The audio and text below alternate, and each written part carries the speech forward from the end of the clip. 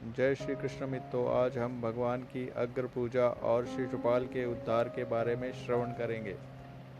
श्री सुखदेव जी कहते हैं, परीक्षित, युधिष्ठिर जरासंध का वध और सर्वशक्तिमान भगवान श्री कृष्ण की अद्भुत महिमा सुनकर बहुत प्रसन्न हुए और उनसे बोले। धर्मराज युधिष्ठिर ने कहा, सच्चिदानंद स्वरूप श्री कृष्ण, त्रिलोकी के स्वामी ब्रह्मा, शंकर आदि और इंद्रादि लोकपाल सब आपकी आज्ञा पाने के लिए तरसते रहते हैं और यदि वह मिल जाती है तो बड़ी श्रद्धा से उसको शिरोधार्य करते हैं। अनंत, हम लोग हैं तो अत्यंत दीन, परंतु मानते हैं अपने को भूपति और नरपति।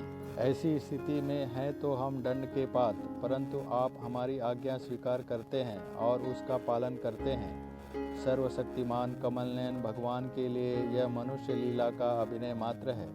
जैसे उदय अथवा अस्त के कारण सूर्य के तेज में घटती या बढ़ती नहीं होती, वैसे ही किसी भी प्रकार के कर्मों से न तो आपका उल्लास होता है और न तो हास, क्योंकि आप सजाति विजाति और स्वगत भेद से रहित स्वयं परम ब्रह्म परमात्मा हैं।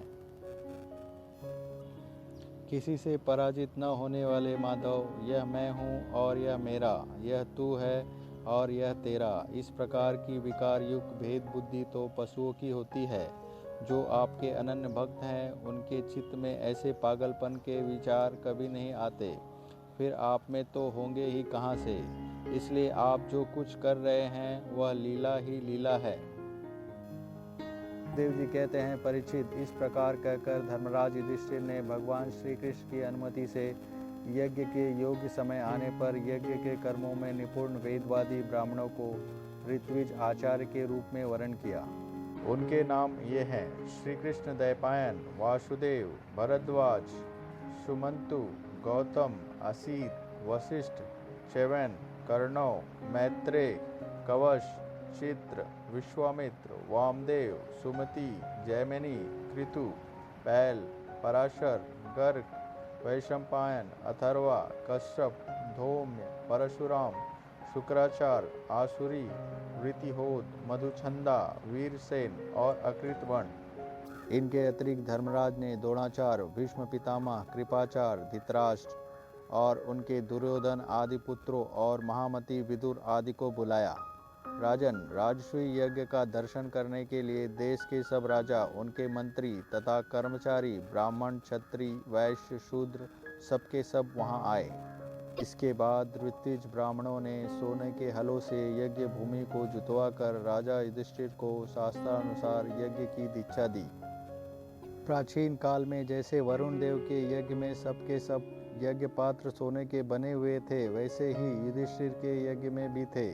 पांडुनंदन महाराज युधिष्ठिर के यज्ञ में निमंत्रण पाकर ब्रह्मा जी, शंकर, इंद्रादि लोकपाल अपने गणों के साथ सिद्ध और गंधर्व, विद्याधर, नाग, मुनि, यक्ष, राक्षस, पक्षी, किन्नर, चारण, बड़े बड़े राजा और रानियां, ये सभी उपस्थित हुए।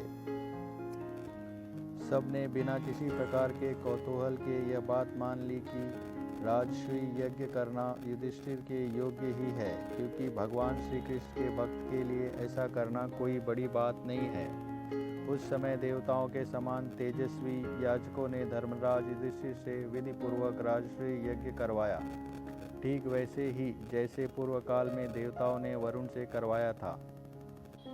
सोमलता से रस निकालने के दिन महाराज युधिष्ठिर ने अपने परम भगवान, याजकों और यज्ञ कर्म की भूल चूक का निरीक्षण करने वाले सदस्यपतियों का बड़ी सावधानी से विधि पूर्वक पूजन किया।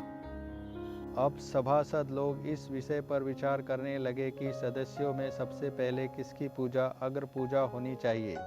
जितनी मति उतने मत, इसलिए सर्वसम्मत से कोई निर्णय न हो सका। ऐसी स्थिति में सहदेव ने कहा, यदुवंश शिरोमणि भक्तवत्सल भगवान श्री कृष्ण ही सदस्यों में सर्वश्रेष्ठ और अग्र पूजा के पात्र हैं, क्योंकि यही समस्त देवताओं के रूप में हैं और देश, काल, धन आदि जितनी भी वस्तुएं हैं उन सब के रूप में ये ही हैं। यह सारा विश्व श्री कृष्ण का ही रूप है। समस्त यज्ञ भी श्री कृष्ण स्वरूप ही है। भगवान श्री कृष्ण ही अग्नि, आहुति और मंत्रों के रूप में हैं। ज्ञान मार्ग और कर्म मार्ग, ये दोनों भी श्री कृष्ण की प्राप्ति के ही हेतु हैं। सभासदों, मैं कहाँ तक वर्णन करूं। भगवान श्री कृष्ण वह एक रस अद्वितीय ब्रह्म है, जिसमें सजाति विजाति और स्वगत भेद नाम मात्र का भी नहीं है। यह संपूर्ण जगत उन्हीं का स्वरूप है। वे अपने आप में ही स्थित और जन्म, अस्तित्व, वृद्धि आदि 6 भाव विकारों से रहित है। वे अपने आत्मस्वरूप संकल्प से ही जगत की सृष्टि, पालन और संहार करते हैं।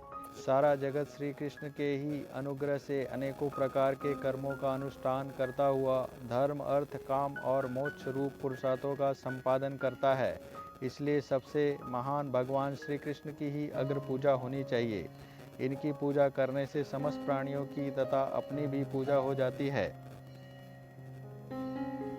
जो अपने दान धर्म को अनंत भाव से युक्त करना चाहते हों, उसे चाहिए कि समस्त प्राणियों और पदार्थों की अंतरात्मा भेदभाव रहित, परम शांत और परिपूर्ण भगवान श्री कृष्ण को ही दान करे। परीक्षित सहदेव भगवान की महिमा और उनके प्रभाव को जानते थे। इतना कहकर वे चुप हो गए। उस समय धर्मराज युधिष्ठिर की यज्ञ सभा में जितने सत्पुरुष उपस्थित थे, सबने एक स्वर से बहुत ठीक कहकर सहदेव की बात का समर्थन किया। धर्मराज युधिष्ठिर ने ब्राह्मणों की यह आज्ञा सुनकर तथा सभासदों का अभिप्राय जानकर बड़े आनंद से, प्रेमोद्योग से विवल होकर भगवान श्री कृष्ण की पूजा की। अपनी पत्नी, भाई, मंत्री और कुटुंबियों के साथ धर्मराज युधिष्ठिर ने बड़े प्रेम और आनंद से भगवान के पांव पखारे तथा उनके चरण कमलों का लोक पावन जल अपने सिर पर धारण किया। उन्होंने भगवान को पीले पीले रेशमी वस्त्र और बहुमूल्य आभूषण समर्पित किए। उस समय उनके नेत्र प्रेम और आनंद के आंसुओं से इस प्रकार भर गए कि वे भगवान को भली भांति देख भी नहीं सकते थे। यज्ञ सभा में उपस्थित सभी लोग भगवान श्री कृष्ण को इस प्रकार पूजित सत्कृत देखकर हाथ जोड़े हुए नमो नमः, जय जय इस प्रकार के नारे लगाकर उन्हें नमस्कार करने लगे। उस समय आकाश से स्वयं ही पुष्पों की वर्षा होने लगी। परीक्षित अपने स्थान पर बैठा हुआ शिशुपाल यह सब देख सुन रहा था। भगवान श्री कृष्ण के गुण सुनकर उसे क्रोध हो आया और वह उठकर खड़ा हो गया। वह भरी सभा में हाथ उठाकर बड़ी असहिष्णुता किंतु निर्भयता के साथ भगवान को सुना कर अत्यंत कठोर बातें कहने लगा। सभासदों, श्रुतियों का यह कहना सर्वथा सत्य है कि काल ही ईश्वर है। लाख चेष्टा करने पर भी वह अपना काम करा ही लेता है। इसका प्रत्यक्ष प्रमाण हमने देख लिया कि यहाँ बच्चों और मूर्खों की बात से बड़े बड़े वयोवृद्ध और ज्ञानोवृद्ध की बुद्धि भी चकरा गई। पर मैं मानता हूँ कि आप लोग अग्र पूजा के योग्य पात्र का निर्णय करने में सर्वथा समर्थ है। इसलिए सदस्यपतियों, आप लोग बालक सहदेव की यह बात ठीक न माने कि कृष्ण ही अग्र पूजा के योग्य हैं। यहाँ बड़े बड़े तपस्वी, विद्वान, व्रतधारी, ज्ञान द्वारा अपने समस्त पाप तापों को शांत करने वाले परम ज्ञानी महर्षि, ब्रह्मनिष्ठ आदि उपस्थित हैं, जिनकी पूजा बड़े बड़े लोकपाल भी करते हैं। यज्ञ की भूल चूक बतलाने वाले उन सदस्यपतियों को छोड़कर यह कुल कलंक वाला भला अग्र पूजा का अधिकारी कैसे हो सकता है? क्या कौवा कभी यज्ञ के पुरोडस का अधिकारी हो सकता है? न तो इसका कोई वर्ण है और न तो आश्रम, कुल भी ऊंचा नहीं है, सारे धर्मों से बाहर है, वेद और लोक मर्यादाओं का उल्लंघन करके मनमाना आचरण करता है, इसमें कोई गुण भी नहीं है। ऐसी स्थिति में यह अग्र पूजा का पात्र कैसे हो सकता है? आप लोग जानते हैं कि राजा ययाति ने इस वंश को शाप दे रखा है, इसलिए सत्पुरुषों ने इस वंश का ही बहिष्कार कर दिया। ये सब सर्वदा व्यर्थ मधुपान में आसक्त रहते हैं, फिर ये अग्र पूजा के योग्य कैसे हो सकते हैं? इन सब ने ब्रह्म ऋषियों द्वारा सेवित मथुरा आदि देशों का परित्याग कर दिया और ब्रह्म वर्चस्व के विरोधी वेद चर्चा रहित समुद्र में किला बनाकर रहने लगे। वहाँ से जब वे बाहर निकलते हैं तो डाकुओं की तरह सारी प्रजा को सताते हैं। परीक्षित, सच पूछो तो शिशुपाल का सारा शुभ नष्ट हो चुका था। इसी से उसने और भी बहुत सी कड़ी बातें भगवान को सुनाई, परंतु जैसे सिंह कभी सियार की हुआ पर ध्यान नहीं देता, वैसे ही भगवान श्री कृष्ण चुप रहे। उन्होंने उसकी बातों का कुछ भी उत्तर न दिया। सभासदों के लिए भगवान की निंदा सुनना असहाय था। उनमें से कई अपने अपने कान बंद करके क्रोध से शिशुपाल को गाली देते हुए बाहर चले गए।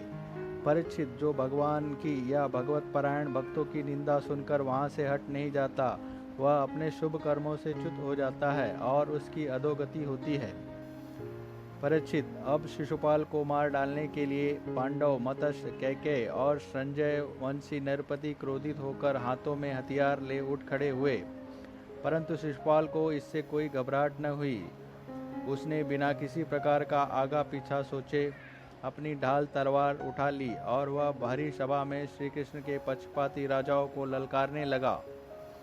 उन लोगों को लड़ते झगड़ते देख भगवान श्री कृष्ण उठ खड़े हुए। उन्होंने अपने पक्षपाती राजाओं को शांत किया और स्वयं क्रोध करके अपने ऊपर झपटते हुए शिशुपाल का सिर छुरे के समान तीखे धार वाले चक्र से काट लिया। शिशुपाल के मारे जाने पर वहां बड़ा कोलाहल मच गया। उसके अनुयायी नरपति अपने अपने प्राण बचाने के लिए वहां से भाग खड़े हुए। जैसे आकाश से गिरा हुआ लूक धरती में समा जाता है, वैसे ही सब प्राणियों के देखते देखते शिशुपाल के शरीर से एक ज्योति निकलकर भगवान श्री कृष्ण में समा गई। परीक्षित, शिशुपाल के अंतःकरण में लगातार 3 जन्म से वैर भाव की अभिवृद्धि हो रही थी और इस प्रकार वैर भाव से ही सही ध्यान करते करते वह तन्मय हो गया, पार्षद हो गया। सच है, मृत्यु के बाद होने वाली गति में भाव ही कारण है। शिशुपाल की सद्गति होने के बाद चक्रवर्ती धर्मराज युधिष्ठिर ने सदस्यों और ऋतिजों को पुष्कल दक्षिणा दी तथा सबका सत्कार करके विधिपूर्वक यज्ञांत स्नान किया। परीक्षित, इस प्रकार योगेश्वर भगवान श्री कृष्ण ने धर्मराज युधिष्ठिर का राजसूय यज्ञ पूर्ण किया और अपने सगे संबंधी और सुहृदों की प्रार्थना से कुछ महीनों तक वहीं रहे। इसके बाद राजा युधिष्ठिर की इच्छा न होने पर भी सर्वशक्तिमान भगवान श्री कृष्ण ने उनसे अनुमति ले ली और अपनी रानियां तथा मंत्रियों के साथ इंद्रप्रस्थ से द्वारकापुरी की यात्रा की। परीक्षित, मैं यह उपाख्यान तुम्हें बहुत विस्तार से 7वें स्कंद में बता चुका हूँ कि बैकुंठवासी जय विजय को सनकादिक आदि ऋषियों के श्राप से बार बार जन्म लेना पड़ा था। महाराज युधिष्ठिर राजसूय का यज्ञांत स्नान करके ब्राह्मण और क्षत्रिय की सभा में देवराज इंद्र के समान शोभायमान होने लगे। राजा युधिष्ठिर ने देवता, मनुष्य और आकाशचाणियों का यथा योग्य सत्कार किया तथा वे भगवान श्री कृष्ण एवं राजसूय यज्ञ की प्रशंसा करते हुए बड़े आनंद से अपने अपने लोकों को चले गए। सब तो सुखी हुए, परंतु दुर्योधन से पांडवों का यह उज्ज्वल राजलक्ष्मी का उत्कर्ष सहन न हुआ, क्योंकि वह स्वभाव से ही पापी, कलह प्रेमी और कुरुकुल का नाश करने के लिए एक महान रोग था। परीक्षित, जो पुरुष भगवान श्री कृष्ण की इस लीला का शिशुपाल वध, जरासन वध, बंदी राजाओं की मुक्ति और यज्ञानुष्ठान का कीर्तन करेगा, वह समस्त पापों से छूट जाएगा। श्रवण करने के लिए धन्यवाद। किसी भी प्रकार की त्रुटि के लिए क्षमा कीजिए। जय श्री कृष्ण।